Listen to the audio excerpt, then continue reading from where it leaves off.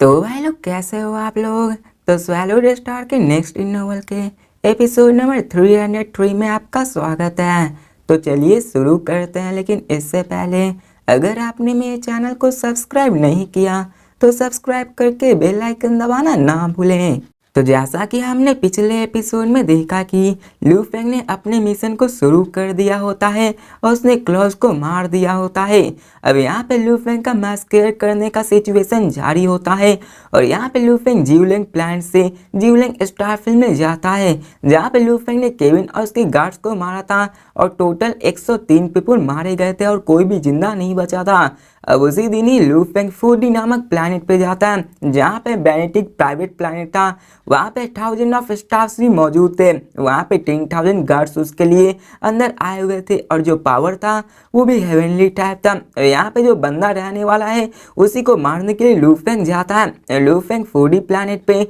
Total 36,237 people को मार रहा है। यहाँ पे जितने भी बंदे होते हैं उसके सामने वो सभी शॉक हो जाते हैं, क्योंकि बेनेडिक्ट जो कि लू फेंग को मारना था उसको लू फेंग ने बहुत बुरी तरीके से मारा था। लू फेंग ने अपने ब्लड शैडो ब्लेड से उसे 10,000 ऑफ टाइम से मारा था, फिर उसको मरने के लिए छोड़ दिया होता है। और चौथे दिन ही लू फेंग यहाँ पे यू वे प्लैनेट पे जाता है, जहाँ पे लीका का होम प्लैनेट होता है और वहाँ पे 18 एग्जीक्यूटिव में से एक बंदा होता है। लू फेंग लेका को मारता है और वहाँ पे उसके गार्ड्स को ही मार देता है, जहाँ पे टोटल 103 पीपल को लू फेंग मारता है। और यहाँ पे लू फेंग सिर्फ इनोसेंट को छोड़ता है, उसे जाने देता है। वैसे ही करते करते लू फेंग 26 डे पे अपने क्रेजिएस्ट मास्कर पे आ जाता है, जो कि फ्लेमविंड ऑर्गेनाइजेशन का अभी तक हुआ होता है और ये अभी ड्रिपिंग प्लैनेट नामक पे हो रहा होता है। और यहाँ पे एक और बंदा होता है जो कि 18 एग्जीक्यूटिव में से होता है, उसका नाम ली होता है। और यहाँ पे ड्रिपिंग प्लैनेट में बहुत ही टाइट सिक्योरिटी होती है और ये कंप्लीट डेमन हेल जैसा कहा जा सकता है, जो कि जीवलिंग स्टारफील्ड का सबसे पावरफुल माना जाता है और सबका फेवरेट पैलेस यही था। और यहाँ पे बहुत ज़्यादा करप्शन हुआ करती है। उसी वक्त लू फेंग वहाँ पे टोटल 1 लाख पीपल को मारता है, जो कि ली के अंडर आता है और उसके अंडरलिंग्स को भी मार देता है। और यहाँ पे कई सारे अमाउंट्स ऑफ शिप भी आते हैं जो कि यहाँ से भागने की कोशिश कर रहे थे। और यहाँ तक कि लू फेंग ने उनके गार्ड्स को भी नहीं छोड़ा होता है, जो भी उसके साथ होते सबको मार दिया होता है और पूरा का पूरा प्लैनेट एक ब्लड ओशियन की तरह बन गया होता है। यहाँ पे मेंबर जितने भी वर्चुअल में कंपनी के होते हैं वो इस ब्लड बाथ को देखकर शॉक हो जाते हैं। और इस पूरे के पूरे बैटल के दरमियान लू फेंग ने ग्रैंड टोटल 1.02 मिलियन पीपल को मारा था। और लू फेंग का शैडो ब्लेड यहाँ पे उसी को मारता है, जो कि सिर्फ गिल्टी पाया जाता है। अब यहाँ पे लू फेंग ने 18 एग्जीक्यूटिव में से 16 को पहले ही मार चुका था। और यहाँ पे विंग फिंग प्लैनेट पे यहाँ पे कई सारे हॉलिंग विंड्स चल रहे थे। यहाँ पे कई सारे नॉर्मल सिटीजन भी थे जो कि अपने रोजमर्रा की जिंदगी को जी रहे होते हैं। हमें उसी नॉर्थ वेस्ट रीजन के प्लैनेट को दिखाया जाता है, जहाँ पे एक लग्जरियस पैलेस होता है जिसका एरिया 100 किलोमीटर में फैला होता है। और वहाँ पे टोटल 10,000 नंबर ऑफ गार्ड्स थे और स्लेव्स भी 10,000 में मौजूद थे, जो कि इस पूरे के पूरे एरिया की निगरानी कर रहे थे। अब यहाँ पे हमें दिखाया जाता है लू फेंग को, जो कि इन सबको मारने वाला था। और हमें दिखाया जाता पार्ली मैन को, जो कि लू फेंग का 17 एग्जीक्यूटिव होता है। वो यहाँ पे लू फेंग के सामने गिरा होता है और कहता कि आखिर तुम क्यों मुझे मार रहे हो, आखिर तुम्हारे इस ब्लड ओशियन पैलेस से क्या नाश्ता है। तो यहाँ पे लू फेंग उसकी आंखों में देखता और कहता तुम गिल्टी पाए हुए हो। और यहाँ पे लू फेंग के अंदर से बहुत ही किलिंग इंटेंट निकल रहा था। और लू फेंग ने इतने वक्त से जितना भी किलिंग शो किया था उसकी किलिंग इंटेंट इंस्टेंट लेवल पे आ चुकी थी। उसने अपने पावर को सप्रेस करने की भी जरूरत नहीं समझी थी। वो जानता था कि ये लोग बहुत ज़्यादा बुरे हैं और इन सबको मारना ही सबसे अच्छा है।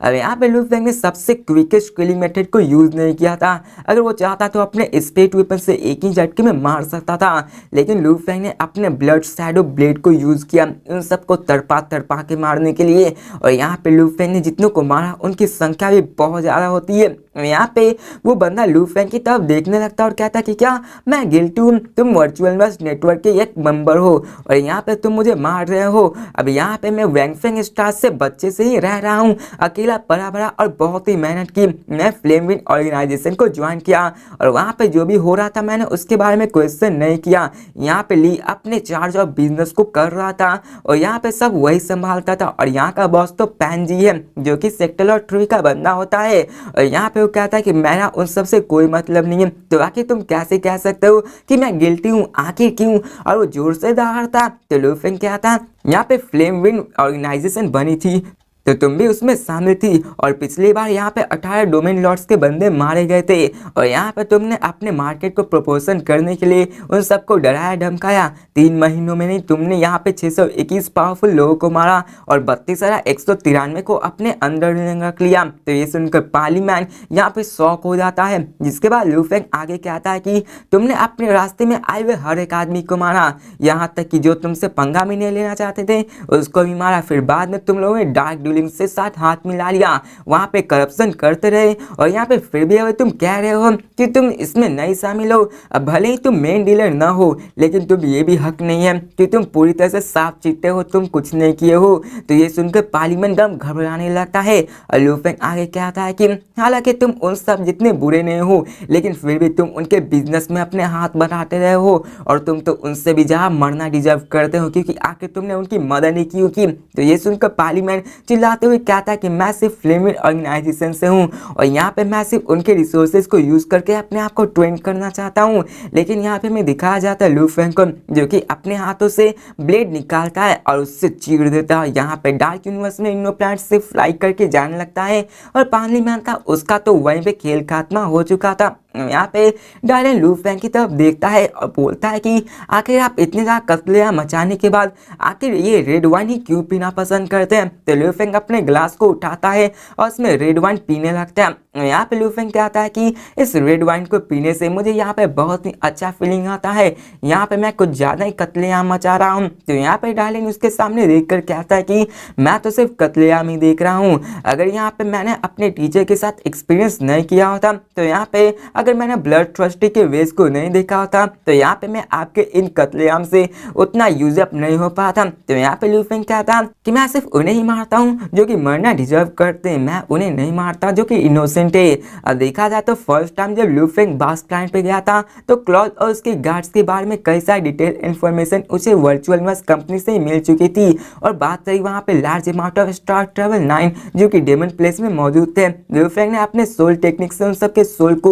सोल टेक्निक से उनके बारे में जाना और उनके पास्ट के बारे में जान गया। अब यहाँ पे उन सबको मारना डिजर्व नहीं करता था, इसलिए लू फेंग ने नहीं मारा, और जो गिल्टी थे उन्हें ही सब मारा। अब डायलन यहाँ पे क्यूरियोसिटी से पूछता है कि आखिर जिन्हें आपने मारा, आखिर आप कैसे जज करते हैं कि वो गिल्टी है, और जो नहीं गिल्टी है आप कैसे पता लगा लेते हैं कि आप श्योर है कि आपने जो जजमेंट दिया है वो ठीक है? तो यहाँ पे ये सुनकर लू फेंग कहता है कि डार्लिन, यहाँ पे जितनों को मैंने मारा है, आखिर तुम्हें क्या लगता है कि मैं उससे क्यों मारा हूँ, और आखिर कितनों को मैंने नहीं मारा है, तो तुम्हें क्या लगता है कि मेरी क्या रीज़न होंगे कि मैंने उनको नहीं मारा होगा? अब यहाँ पे मैं बिना किसी रीज़न के उन सबको तो मारने वाला हूँ, और यहाँ पे जिसके पास रीज़न नहीं होता उसको मैं नहीं मारने वाला हूँ। तो डार्लिन ये सुनकर हंसने लगता है। अब यहाँ पे जो भी है, डार्लिन इस आंसर से सेटिस्फाइड हो जाता है। वो एक अनडाइन बैंक था, और आउटर रीजन में वो बहुत ज़्यादा बार बैटल कर चुका है, और वो ये रूल जान चुका था कि रेस में वार होता है वो बहुत ज़्यादा ब्रूटल होने वाला है, और यहाँ पर कोई भी बंदा एक दूसरे को कैप्चर करके उसका अपना गुलाम बना सकता है, और यहाँ पे कोई भी रिट्रीट करने का फैसला नहीं होता है। अब जो ह्यूमैनिटी स्ट्रांग होता है वो वीक पे तो अपना दबाव बनाता ही, उन्हें अपना गुलाम बनाता ही है। अब लू फेंग ने उनके पास्ट के बारे में जान गया कि यहाँ पे वो लोग गुलाम बना के मजबूरी में काम कर रहे थे, इसलिए लू फेंग ने सारे नॉन गिल्टी को छोड़ दिया होता है, और जितने भी गिल्टी होते हैं उसे मार दिया होता है। अब यहाँ पे उनमें कई सारी बातें होती है जिसको मैं स्किप करता हूँ, और अब फिर में सीन चेंज कर 2 दिन बाद का सीन दिखाया जाता है, जहाँ यूनो प्लैनेट का शिप अभी ट्रेवल करते हुए बे इन माइनर प्लैनेट पे आ चुका होता है, और यहाँ पे मैं कंट्रोल रूम का सीन दिखाया जाता है, जहाँ पे लू फेंग डायलन एक जगह बैठे हुए थे और सामने के सामने कई सारे प्लैनेट्स को देख रहे होते हैं, और उसके सामने कई सारे क्लस्टर प्लैनेट मौजूद होते हैं। और लू फेंग कहता है बैंग जी, यहाँ पे true soul spirit to the Flamewell organisation से है, जो कि यहाँ पे 7 प्रिंस से भी रिकॉग्नाइज है, उसका 7 प्रिंस से भी नाता है। और कंपेयर किया जाए बैंग जी से, तो यहाँ पे जितने भी 17 होते लू फेंग ने मारा होता है वो उसके सामने कुछ नहीं होता है। मैन तो बैंग जी ही होने वाला है जिसका लू फेंग को मारना था। अब डायलन भी इसके लिए हामी भरता है, और जिसके बाद वो उस बैंग जी के इंफॉर्मेशन के बारे में देखते हैं, जिसको देख के जिससे लू फेंग को उसके प्रति रिस्पेक्ट की भावना आ जाती है, क्योंकि यहाँ पे जो उसके एक्सपीरियंस थे वो बहुत ज़्यादा लेजेंडरी थी। और मैं पैंग जी के बारे में बताया जाता है कि वो एक स्लेव मतलब गुलाम बन के पैदा हुआ था, लेकिन उस वक्त से वो उसके सर में एक माइक्रोचिप इम्प्लांट हुआ और वो वहाँ बड़ा हुआ और पूरे के पूरे लाइफ पे अपने प्लान को कर लिया। उसके अंदर कई सारे शिप्स आए और फिर वो स्लेव प्लांट्स को छोड़कर वहाँ से निकल गया। वहाँ पे जाने के बाद वो एक स्लेव प्लांट पे गया जहाँ पे वो अंडरलिंग के साथ सिविलिंग स्टारफील्ड के सिविलियन का आइडेंटिटी लिया। अभी तो वो एक नॉर्मल प्लांट पे स्टारफील्ड पे वहाँ हंड्रेड्स ऑफ ईयर तक खुद को ट्रेनिंग किया और जब उसने अपने आप को फिर से शो करने के लिए वेट किया और जब तक वो अपने आप को यूनिवर्सल लेवल वॉरियर्स पे नहीं आया तब तक वो बाहर नहीं निकला ताकि वो अपने उन साथ स्लेव ट्रेडर्स से बदला ले सके। अब उन स्लेव ट्रेडर्स के पास थोड़ी सी स्ट्रेंथ तो थी, लेकिन यहाँ पे पैंग जी के बाद आगे चलकर उसे डिस्ट्रॉय कर दी किया, जिसके बाद पैंग जी ने उस सारे के सारे स्लेव ट्रेडिंग को अपने हाथ में ले लिया और फिर बाद में वही नया स्लेव लीडर बन गया। अब उसके पास कई सारे रिसोर्सेज आ चुके थे, जिसके बाद उसकी पावर आराम से डोमेन लॉर्ड लेवल में आ चुकी थी और इसी वक्त उसने कई सारे 17 डोमेन लॉर्ड्स के बंदों के साथ यहाँ पे कॉन्टेक्ट किया, जिसे लू फेंग ने पहले ही मार दिया था और उन 18 ने मिलकर एक अलायंस बना जहाँ पे वो सभी मिलकर एक पूरे के पूरे बड़े मार्केट को कंट्रोल करने लगे हैं। और यहाँ पर उन्होंने तो पहला काम किया अपने बैकग्राउंड को स्ट्रॉन्ग बनाने के लिए और फ्रेमविंड ऑर्गेनाइजेशन के पीछे पैंग जी था, जिसके पास कई सारे लार्ज अमाउंट ऑफ रिसोर्सेज थे और उसने अपने ट्रेनिंग को बहुत ही सीरियसली लिया, जिसके बाद उसने कई सारे टेक्निक्स को खरीदे, कई सारे ट्रेनिंग को शुरुआत कर दिया और फिर बाद में वो आराम से एक सेक्टर और लेवल 3 का बंदा बन गया और उसकी पावर के हिसाब से वो 7 प्रिंस के साथ भी कांटेक्ट बनाना शुरू कर दिया और उसके पास जैसे ही प्रिंस की सपोर्ट आए उसकी नेटवर्क और भी ज्यादा टेरिफाइंग बन गए। यहाँ पे पैंग जी जो एक स्लेव था वो इतने सारे करके एक सेक्टर और लेवल 3 पे आ चुका है। अब देखा जाए तो पूरे के पूरे जिंगलिंग स्टारफील्ड में यहाँ पे सेक्टर लॉर्ड की संख्या सिर्फ 10 ही होगी और जिनके पास खुद के टीचर और गाइड्स मौजूद होते हैं वो तो अनडाइंग भी बन सकते हैं, लेकिन ये बंदा खुद पे अपने आप पे निर्भर रह के एक सेक्टर और लेवल 3 पे आ चुका है जो कि अविश्वसनीय है। और फ्लेमिंग ऑर्गेनाइजेशन का एक स्पिरिट लीडर होने के कारण वो बॉस के रूप में कहलाने लगा और आगे चल के पैंग जी ने यहाँ पे बहुत ही मुश्किलों से लग्जूरियस लाइफ बिताना शुरू किया, क्योंकि वो अपने ट्रेनिंग में ही लगा हुआ होता है और हमेशा बे इन प्लांट पर रहा करता है। अब ये सारी कहानी सुनकर डायलिन भी कहता है कि ये पैंग जी मैं इसकी रिस्पेक्ट करता हूँ, तो लू फेंग कहता है कि मैं भी इसकी रिस्पेक्ट करता हूँ कि एक स्लेव बनकर जिसके पास कुछ नहीं था इसने आपको इतना ज़्यादा हार्ड ट्रेन किया जिसके बाद इस सेक्टर और लेवल पे आ गया, ये तो बहुत ज़्यादा इम्प्रेसिव है। अब देखा जाए तो यहाँ पे ट्रेनिंग के लिए सबके पास विल पावर एम्बिशियस मेटर होना चाहिए, जो कि अभी पैंग जी के पास सब चीज़ था। तो डायलिन भी कहता है हाँ, अब देखा जाए तो एक ही चीज़ है जो कि उसकी बॉटम ऑफ मेथड से, क्योंकि यहाँ पे उसने ब्रूटैलिटी और रूटलेस यूज किया है जिससे ट्रिलियंस ऑफ लोगों को सफर करना पड़ गया है। और यहाँ पे फ्लेमविंड ऑर्गेनाइजेशन ने लगभग tens of thousands of slave planets को कंट्रोल कर लिया है, जहाँ पे ये यूनिवर्स सिविलियंस को पीसफुल लाइफ जीने से मना कर रहे हैं और सबको बेच रहे होते और यहाँ पे वो सब कई सारे डार्क मैटर्स को भी यूज कर रहे हैं, जिसके वजह से वर्चुअलनेस कंपनी को फाइनली उनके साथ डील करना पड़ रहा था। अब जिस हिसाब का पैंग जी बनना था, अगर वो गलत रास्ते पे नहीं चलता तो उसका भविष्य और भी आगे जाने वाला था, क्योंकि देखा जाए तो खुद से ट्रेन करके इतने लेवल तक आ पाना ये बहुत ज़्यादा रेयर होता है और वो जीनियस में ही कहलाता है। लेकिन यहाँ पे लू फेंग कहता है कि चलो उस पैंग जी को जज करते हैं, जिसके बाद लू फेंग का यूनिमो प्लांट का सिर्फ उस माइनर प्लांट क्लस्टर से निकलता है, उस तरफ जाने लगता है। अब इन माइनर प्लांट वहाँ पे कई सारे हेवनली बॉडीज होते हैं जो कि चारों के चारों स्टार की तरफ रिवॉल्व कर रहे होते हैं और उस स्टार के चारों तरफ 209 लिटिल प्लांट्स होते हैं, जिनमें से सबसे स्मॉलेस्ट का डायमीटर भी 1.2 किलोमीटर होता है, वहीं पे सबसे बड़ा का डायमीटर 898 किलोमीटर होता है। अब यूनिमो प्लांट का सिर्फ उन सारे प्लांट्स के बीच के होके गुजर रहा होता है और बेबाता लू फेंग से कहती है कि यहाँ पे मैं पूरे प्लांट्स से सर्च कर रही हूँ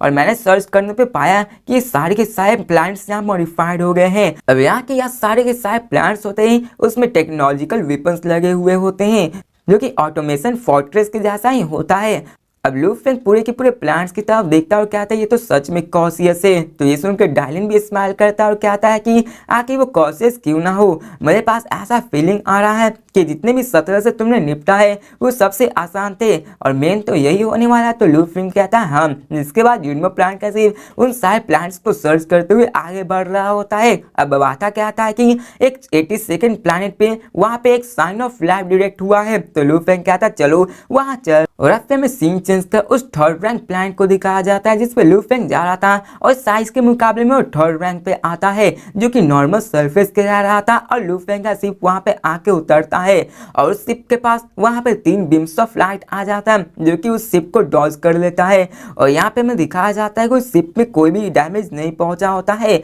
और शिप उस डिस्टेंस लिटिल प्लैनेट की ओर आके रुकता है और हमें दिखाया जाता है कि उस प्लैनेट का डायमीटर एक्सीड हो जाता है 600 किलोमीटर में और एक बैग से एक्सप्लोड कर जाता है पूरा का पूरा फ्रैगमेंट चार डायरेक्शन में फैलने लगता है जिसके बीच से हमें dark purple blade like ship दिखाया जाता है। अब लू फेंग ये देखकर हंसने लगता है और कहता है इनरान ग्रेट शिप और बबाता से कहता है बबाटा रामिट जिसके बाद बबाता भी हंसने लगती है। अब यहाँ पे जो हुआ होता है वो बंदा अपने शिप या फोर्ट्रेस को एक्सप्लोर करके वहां से भागने की कोशिश करता है लेकिन लू फेंग उसके इन चालों को समझ जाता है और बबाता को उससे तोड़ने को कहता है। अब जैसा कि हमें पता है कि यूनमो प्लैनेट का शिप बहुत ही ज़्यादा स्ट्रॉन्ग है और प्लैनेट को भी पियर्स करके आगे निकल सकता है और उसके सामने तो सिर्फ E9 ग्रेड का शिप था और हमें दिखाया जाता है यूनमो प्लैनेट शिप का जो कि इमीडिएटली एक्सेलरेट करता है और वो एक ट्रायंगुलर ब्लड कलर बीम बन जाता है उस शिप की तरफ बढ़ने लगता है और यहाँ पे देखा जाए उसमें जितने भी होते हैं और यहाँ पे वर्चुअल वर्स कंपनी के अपग्रेडिंग के बाद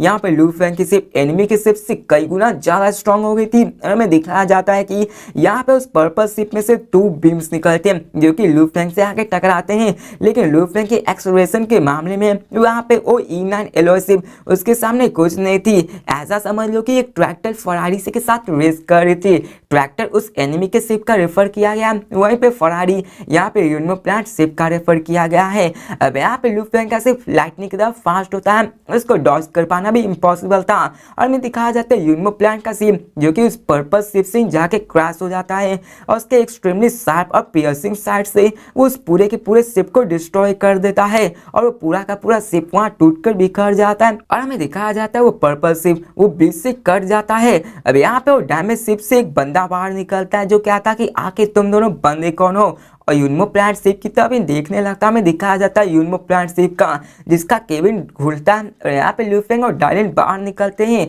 अब दोनों बाहर निकलते और सामने एक बंदे को देखते हैं जिसकी आंखें वुल्फ के जैसी थी उसकी सेंस भी बहुत ही अच्छी थी और जब उसने लू फेंग और डायलिन को देखा तभी उसे पता चल गया कि वो बंदे स्ट्रॉन्ग है। अब यहाँ पे फेंग जी उस बंदे को देखता और क्या था ये तो अनडाइंग बैंग है आखिर उसको पकड़ने के लिए एक अनडाइंग बैंग आया हुआ है और यहाँ पे उन दोनों की तरफ घूरने लगता और कहता है मुझे नहीं लगता कि मैंने आपको कभी भी ऑफेंड किया है और मेरी बहन माइनर प्लैनेट पे यहाँ पे रहने का एक एब्सोल्यूट सीक्रेट है। आखिर तुम दोनों को इसके बारे में कैसे पता चला आखिर तुम दोनों को मेरे से क्या लेना देना है। तो लू फेंग हंसते हुए कहता कि क्या एब्सोल्यूट सीक्रेट और वो कहता है वर्चुअल वर्स कंपनी के अगेंस्ट यहाँ पे कुछ भी एब्सोल्यूट सीक्रेट नहीं होता है। यहाँ पे हमने सिंपली तुम्हारे स्पेस कोऑर्डिनेट्स को कनेक्ट किया और वर्चुअल वर्स कंपनी ने आराम से तुम्हें पोजीशन के बारे में बता दिया। और यहाँ पे लू फेंग आगे कहता है पैन जी मैं यहाँ पे वर्चुअल वर्स कंपनी के ऑर्डर से आया हूँ ताकि मैं फ्लेमविड ऑर्गेनाइजेशन को जज कर सकूँ और जबकि तुमने यहाँ पे स्पेस एनर्जी को अपने मीडियम को यूज किया है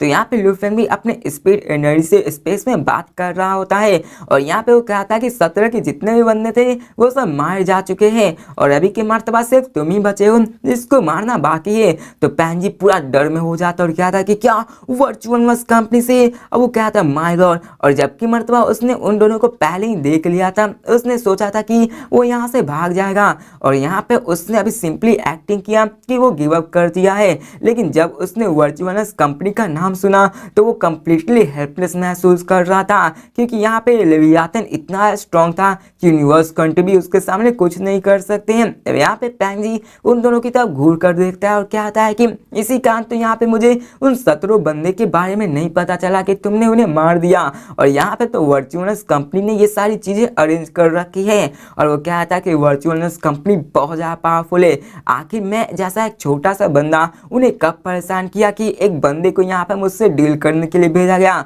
तो लू फेंग कहता है बकवास बंद करो यहाँ पे तुम फ्लेमविड ऑर्गेनाइजेशन के ट्रू लीडर तुम ही हो और यहाँ पे सारी रिस्पॉन्सिबिलिटी तुम पे ही निर्भर करती है इसलिए मैं यहाँ पे पर्सनली तुम्हें आया हूँ ताकि मैं तुम्हें मार सकूं। तो ये सुनकर वो सामने देखता और हंसने लगता और कहता क्या पर्सनली तुम सिर्फ एक डोमेन लॉर्ड लेवल के बंदे हो और तुम कह रहे हो कि तुम मुझे पर्सनली मारना चाहते हो। अब यहाँ पे तुम्हारे पास ये अनडाइंग बैंग है जो कि मेरे मूवमेंट को स्टॉप कर रहा है और यहाँ पे मैं तुम्हारे सामने कुछ नहीं कर पा रहा हूँ और इसी कारण मैं तुम पे भी अटैक नहीं कर पा रहा हूँ अब इनिशियली उसके पास तो सेवन प्रिंस का नाम था जो कि ट्रम्प कार्ड में यूज होने वाला था, लेकिन जब उसने वर्चुअल कंपनी का नाम सुना तो वो इसके बारे में हेल्पलेस हो गया, क्योंकि सेवन प्रिंस उसके सामने चींटी के बराबर भी नहीं है। अब यहाँ पे उसको अपनी लाइफ के लिए लड़ना पड़ेगा। अब यहाँ पे लू फेंग उसकी तरफ घूरता और कहता कि हाँ मैं तुमसे पर्सनली लड़ूंगा और ये अनडाइंग बेइंग इसमें कुछ नहीं आएगा। तो ये सुनकर उसकी आंखें चमक उठती और कहता ये बात है। जिसके बाद हमें दिखाया जाता है लू फेंग को,